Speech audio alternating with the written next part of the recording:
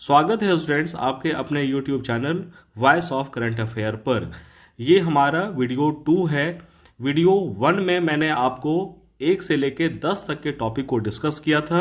अगर वो आपने नहीं देखा है तो डिस्क्रिप्शन पर उसकी लिंक दे दूंगा, वहाँ से आप उसे देख सकते हैं। तो चलिए आइए स्टूडेंट्स शुरू करते हैं। तो 11 नंबर टॉपिक पे है कि भारत और नीदरलैंड 2022 में अपने राजनयिक संबंधों की शुरुआत की 75वीं वर्षगांठ मना रहे हैं। इस अवसर को चिन्हित करने के लिए 2 मार्च 2022 को विशेष लोगो, जिसके प्रतीक चिन्ह का अनावरण किया गया। लोगो में कमल और ट्यूलिप दोनों देशों के राष्ट्रीय फूल हैं। मतलब भारत का राष्ट्रीय फूल कौन हो गया? कमल। और नीदरलैंड का राष्ट्रीय फूल क्या हो गया? ट्यूलिप। नीदरलैंड ने भारत की दोस्ती के प्रतीक के रूप में 3000 ताजे ट्यूलिप भेंट किए। भारत और नीदरलैंड ने 1947 में अपने राजनयिक संबंध स्थापित किए थे। वित्त वर्ष 1920 में मॉरिशस और सिंगापुर के बाद नीदरलैंड भारत का सबसे बड़ा निवेशक था।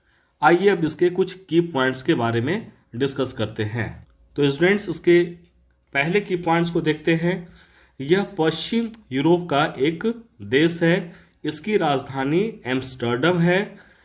इसकी मुद्रा यूरो है। इसके पूर्व में जर्मनी। ध्यान रखेंगे, कभी कभी पूछ देता है कि नीदरलैंड के पूर्व में कौन सा देश है, तो पूर्व में जर्मनी, दक्षिण में बेल्जियम और उत्तर पश्चिम में उत्तरी सागर है। ये एक बार क्वेश्चन जो है आया है कि उत्तर पश्चिम में, नीदरलैंड के उत्तर पश्चिम में कौन सा सागर है, तो उत्तरी सागर। अब 12 नंबर टॉपिक को डिस्कस करते हैं। राष्ट्रपति रामनाथ कोविंद ने अंतर्राष्ट्रीय महिला दिवस 2022 पर वर्ष 2020 और 2021 के लिए नारी शक्ति पुरस्कार प्रदान किए। तो इसमें पहला पॉइंट है, अंतर्राष्ट्रीय महिला दिवस पर हर साल 8 मार्च को महिलाओं की सामाजिक, आर्थिक, सांस्कृतिक, राजनीतिक उपलब्धियों का जश्न मनाने के लिए मनाया जाता है। अंतर्राष्ट्रीय महिला दिवस 2022 के लिए अभियान का थीम क्या था? तो इट इज़ वेरी इंपॉर्टेंट, आपसे पूछा जा सकता है एग्जामिनेशन में। क्या है? तो #BreakTheBias। नेक्स्ट है, अंतर्राष्ट्रीय महिला दिवस 2022 के लिए संयुक्त राष्ट्र की थीम क्या थी? तो gender equality today for a sustainable tomorrow द्वारा पुरस्कार प्रदान करने के साथ हुआ। फिर 13 नंबर, 6 विश्व कप में खेलने वाली पहली महिला क्रिकेटर बनी। उन्होंने बे ओवल में आईसीसी महिला विश्व कप में पाकिस्तान के खिलाफ भारत के शुरुआती मैचों में यह उपलब्धि हासिल की। तो आपसे यह पूछ देगा कि अभी हाल ही में आईसीसी महिला विश्व कप कहाँ खेला जा रहा है? तो कहाँ खेला जा रहा है? तो न्यूजीलैंड में खेला जा रहा है। आप देखिए नीचे वाले टॉपिक पे, ये फ्रंट लाइन क्वेश्चन आपके एग्जामिनेशन में आ जाएगा। आईसीसी महिला क्रिकेट विश्व कप 2022 का 12वां संस्करण है और यह कहाँ खेला जा रहा है? तो आप देख पा रहे हैं, लिखा हुआ है क्लियर, ये कहाँ खेला जा रहा है? तो न्यूजीलैंड में खेला जा रहा है। आइए हम लोग ऊपर के टॉपिक को डिस्कस करते हैं। मिताली राज भारतीय महिला क्रिकेट की कप्तान है। वह सचिन तेंदुलकर और जावेद मियांदाद के बाद 6 विश्व कप खेलने वाली तीसरी क्रिकेटर बनी। उन्होंने 2000, 2005, 2009, 2013, 2017 का विश्व कप खेल चुकी है। अब वह 2022 में खेल रही हैं। वह महिला अंतर्राष्ट्रीय क्रिकेट में सबसे ज़्यादा रन बनाने वाली खिलाड़ी हैं। ये बहुत इंपॉर्टेंट है, आपसे पूछ देगा कि अंतर्राष्ट्रीय महिला क्रिकेट में सबसे ज़्यादा रन बनाने वाली खिलाड़ी कौन है? तो वह है मिताली राज। उनके नाम वनडे में सबसे ज़्यादा अर्धशतक लगाने का रिकॉर्ड भी है। 14 नंबर टॉपिक पर देखते हैं। आरबीआई ने डिजिटल भुगतान उपयोगकर्ता के प्रश्नों के समाधान के लिए 24x7 हेल्पलाइन डिजी साथी लॉन्च की है। बहुत इंपॉर्टेंट कि आरबीआई के द्वारा जो है डिजिटल भुगतान के उपयोगकर्ता के प्रश्नों का समाधान के लिए 24x7 आपको हेल्पलाइन मिलेगा। और वह किस नाम से जो है लॉन्च की गई है? तो डिजी साथी। भारतीय राष्ट्रीय भुगतान निगम बहुत इंपॉर्टेंट है, किसके साथ मिलकर? भारतीय राष्ट्रीय भुगतान निगम के साथ मिलकर आरबीआई द्वारा डिजी साथी को लॉन्च किया गया। तो पूछ देगा कि ठीक है, डिजी साथी को तो लॉन्च किया गया, लेकिन किसके साथ मिलकर? तो भारतीय राष्ट्रीय भुगतान निगम के साथ मिलकर। नेक्स्ट पॉइंट है कि अभी तक डिजी साथी अंग्रेजी और हिंदी में उपलब्ध है। यह डिजिटल भुगतान वस्तुओं और सेवाओं के लिए 24 घंटे की सूचना हॉटलाइन है। 15 नंबर टॉपिक को डिस्कस करते हैं। भारत ISSF विश्व कप 2022 की पदक तालिका में शीर्ष पर रहा। तो ISSF विश्व कप 2022 में 4 स्वर्ण 2 रजत 1 कांस्य के साथ भारत पदक तालिका में शीर्ष पर रहा। नॉर्वे 6 पदक 3 स्वर्ण 1 रजत और 2 कांस्य के साथ दूसरे स्थान पर रहा। 3 स्वर्ण के साथ फ्रांस तीसरे स्थान पर रहा। रिदम सांगवान और अनीस भानवाला ने 25 मीटर रैपिड फायर पिस्टल मिश्रित टीम टूर्नामेंट में स्वर्ण पदक जीता। महिलाओं की 25 मीटर पिस्टल टीम स्पर्धा में भारत का फाइनल में सिंगापुर को 17-13 से हराया। और काफ़ी इंपॉर्टेंट, ये ISSF विश्व कप 2022 कहाँ आयोजित किया गया? तो कायरो में। ये याद रखिएगा स्टूडेंट्स, कहाँ पे? तो कायरो में आयोजित किया गया था। अब इसके की पॉइंट्स पर चर्चा कर लेते हैं हम लोग कि ISSF विश्व कप की शुरुआत इंटरनेशनल शूटिंग स्पोर्ट्स फेडरेशन ने 1986 में की थी। तो कभी कभी फुल फॉर्म भी पूछ लेता है, ISSF का क्या हो गया? तो इंटरनेशनल शूटिंग स्पोर्ट्स फेडरेशन। ये रहा इसका ISSF का फुल फॉर्म। नेक्स्ट है 16 नंबर टॉपिक, विश्व गुर्दा दिवस 2022 कब मनाया गया? तो ये मनाया गया 10 मार्च को। हर साल मार्च के दूसरे गुरुवार को विश्व गुर्दा दिवस, इसको हम लोग किडनी दिवस कहते हैं। इस वर्ष विश्व गुर्दा दिवस 10 मार्च को मनाया गया। तो आपको ये ध्यान रखना है कि मार्च के दूसरे गुरुवार को, जो पहला गुरुवार नहीं दूसरे गुरुवार को मनाया जाएगा, चाहे वह तारीख कोई भी हो। तो इस बार कौन सा डेट पड़ा? तो 10 मार्च। विश्व गुर्दा दिवस 2022 का विषय सभी के लिए गुर्दा स्वास्थ्य है। विश्व गुर्दा दिवस के लिए संयुक्त संचालन समिति ने विषय घोषित किया। विश्व गुर्दा दिवस एक वैश्विक स्वास्थ्य जागरूकता अभियान है जो गुर्दे के महत्व, गुर्दे की बीमारी की गंभीरता और बारंबारता को कम करने की आवश्यकता पर जोर देता है। अब इसके की पॉइंट्स पर बात कर लेते हैं। तो इंटरनेशनल सोसाइटी ऑफ नेफ्रोलॉजी और international federation of kidney foundation ने मनाना शुरू किया था। दूसरा है कि पहला विश्व गुर्दा दिवस 2006 में मनाया गया था।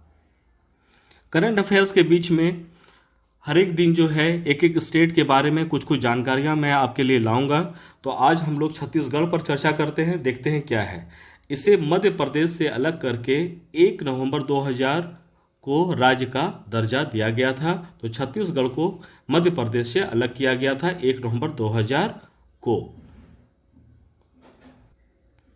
यह 7 राज्यों यूपी, एमपी, महाराष्ट्र, झारखंड, उड़ीसा, तेलंगाना और आंध्र प्रदेश के साथ अपनी सीमा साझा करता है। इसकी राजधानी रायपुर है। भूपेश बघेल वर्तमान प्रधानमंत्री हैं और राज्यपाल अनुसुईया उइके हैं। 18 नंबर टॉपिक जो है वो काफ़ी बर्निंग इशू है, इसलिए एक बार फिर से मैं आपका इस ओर ध्यान आकर्षित करूंगा कि Arushi Verma 2041 climate force Antarctica अभियान में भारत का प्रतिनिधित्व करेंगी। 2041 क्लाइमेट फोर्स अंटार्कटिका अभियान मार्च 2022 में आयोजित किया जाएगा। यह अभियान अंटार्कटिका के संरक्षण के बारे में जागरूकता बढ़ाएगा। यह अभियान जहाज से 12 दिन का सफर तय कर दक्षिणी ध्रुव पर पहुंचेगा। इस अभियान में लीडरशिप ऑन द एज कार्यक्रम भी शामिल है। इस मिशन का उद्देश्य दुनिया भर में अक्षय ऊर्जा के उपयोग को बढ़ावा देना है। नेक्स्ट हम लोग का टॉपिक है 19 नंबर। हंगरी की संसद ने अपनी पहली महिला राष्ट्रपति चुनी। कैटलिन नोवाक को हंगरी की पहली महिला राष्ट्रपति के रूप में चुना गया। It is very important. Katalin Novak Janos Ader का स्थान लेंगी, वह 10 मई को पदभार ग्रहण करेंगी। अब इसके की पॉइंट्स पर बात करते हैं। हंगरी एक लैंडलॉक्ड मध्य यूरोपीय देश है। इसके प्रधानमंत्री विक्टर ऑर्बन हैं। इसकी राजधानी कहाँ है? तो बुडापेस्ट है। ये हंगरी की मुद्रा फोरेंट है, HUF। नेक्स्ट हम लोग 20वीं टॉपिक पर बात करते हैं। ईरान ने नूर-2 उपग्रह का सफलतापूर्वक प्रक्षेपण किया। ईरान ने नूर-2 उपग्रह का सफलतापूर्वक प्रक्षेपण किया। ईरान ने एक सैन्य उपग्रह नूर-2 को सफलतापूर्वक लॉन्च किया है, पहला पॉइंट। दूसरा पॉइंट है नूर-2 500 किलोमीटर की ऊंचाई पर पृथ्वी की परिक्रमा करेगा। पहला सैन्य उपग्रह नूर-1 अप्रैल 2020 में ईरान द्वारा लॉन्च किया गया था। इसे पृथ्वी की सतह से 425 किलोमीटर ऊपर की कक्षा में रखा गया था। और नेक्स्ट पॉइंट है इसका, मध्य पूर्व में ईरान के पास सबसे बड़ा मिसाइल कार्यक्रम है। तो कहां पर पूछ देगा आपसे? तो मध्य पूर्व ईरान में जो है सबसे बड़ा इसका मिसाइल कार्यक्रम है। तो स्टूडेंट्स, इसमें जो इंपॉर्टेंट क्वेश्चन है वो पूछा जाएगा कि नूर-2 उपग्रह का सफलतापूर्वक प्रक्षेपण किस देश ने किया? तो क्या आ जाएगी आंसर उसकी? ईरान। ये ऐसे फ्रंटलाइन क्वेश्चंस में आपसे पूछा जाएगा। नेक्स्ट है आपका कि टाइगर वुड्स को world golf hall of fame में शामिल किया गया। टाइगर वुड्स को world golf hall of fame में शामिल किया गया। अब इसके नेक्स्ट पॉइंट्स पर बात करते हैं। उन्हें विश्व गोल्फ रैंकिंग में रिकॉर्ड 683 सप्ताह के लिए नंबर 1 स्थान दिया गया था। तो ध्यान में रखेंगे, टाइगर वुड्स उन्हें विश्व गोल्फ रैंकिंग में रिकॉर्ड 683 सप्ताह के लिए नंबर 1 स्थान दिया गया था। अब इसके की पॉइंट्स पर बात करते हैं कि विश्व गोल्फ हॉल ऑफ फेम क्या है? तो यह फ्लोरिडा में वर्ल्ड गोल्फ विलेज में स्थित है। यह दुनिया भर के 26 गोल्फ संगठनों का एक समूह द्वारा समर्थित है। तो ये जो golf hall of the fame है, तो आपसे पूछ देगा यह कितने संगठनों के द्वारा जो है समर्थित है? तो ध्यान में रखिएगा 26। नेक्स्ट हम लोग का टॉपिक है 22। 5 राज्यों में विधानसभा चुनाव के नतीजे 10 मार्च 2022 को घोषित कर दिए गए हैं। अब देखते हैं इसमें क्या बात है। भारतीय जनता पार्टी ने 4 राज्यों में विधानसभा चुनाव में जीत हासिल की है। ये 4 राज्य उत्तर प्रदेश, उत्तराखंड, गोवा और मणिपुर हैं।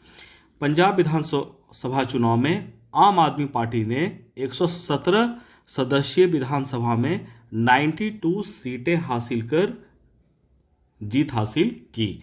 तो आपको ध्यान में ये रखना है कि किस विधानसभा में कितना टोटल नंबर ऑफ सीट्स है। तो पंजाब में है, पंजाब में कितना हो गया? 117। नेक्स्ट है उत्तर प्रदेश में भारतीय जनता पार्टी को लगातार दूसरा ऐतिहासिक कार्यकाल दिया गया। उत्तर प्रदेश की 403 विधानसभाओं में भारतीय जनता पार्टी ने 255 सीटें जीतकर बहुमत हासिल किया है। तो उत्तर प्रदेश में कुल विधानसभा सीट कितनी हो गई? तो 403। उत्तराखंड में भाजपा ने 70 सदस्यीय विधानसभा, इसका मतलब यह हो गया कि उत्तराखंड विधानसभा में सीटें कितनी हो गई? 70। और गोवा 40 सदस्यीय गोवा विधानसभा में बीजेपी ने 20 सीटें जीती। उसने मणिपुर की 60 सदस्यीय विधानसभा में 32 सीटें जीती। तो स्टूडेंट्स, आपको जितने भी विधानसभा में जिस राज्य में जितनी विधानसभा सीटें हैं उसको अच्छे से नोटबुक में लिख करके याद कर लेंगे। नेक्स्ट हम लोगों का 23 टॉपिक है अंतर्राष्ट्रीय महिला न्यायाधीश दिवस 2022। कब मनाया गया ये? तो 10 मार्च को। इस वर्ष 10 मार्च को पहली बार अंतर्राष्ट्रीय महिला न्यायाधीश दिवस मनाया गया। बहुत इंपॉर्टेंट है, चूंकि जब फर्स्ट टाइम मनाया गया तो वो डेट काफ़ी इंपॉर्टेंट हो जाता है स्टूडेंट्स। 28 अप्रैल 2021 को संयुक्त राष्ट्र महासभा ने 10 मार्च को अंतर्राष्ट्रीय महिला न्यायाधीश घोषित करते हुए एक प्रस्ताव पारित किया था। तब से जो है यह निर्णय लिया गया कि हर वर्ष 10 मार्च को अंतर्राष्ट्रीय महिला न्यायाधीश दिवस मनाया जाएगा। 24 नंबर टॉपिक में है कि भारतीय तेज गेंदबाज एस श्रीसंत ने घरेलू क्रिकेट के सभी प्रारूपों से संन्यास की घोषणा कर दी है। उन्होंने ट्विटर पर घोषणा की कि वह भारतीय घरेलू प्रथम श्रेणी और सभी प्रारूप क्रिकेट से संन्यास ले रहे हैं।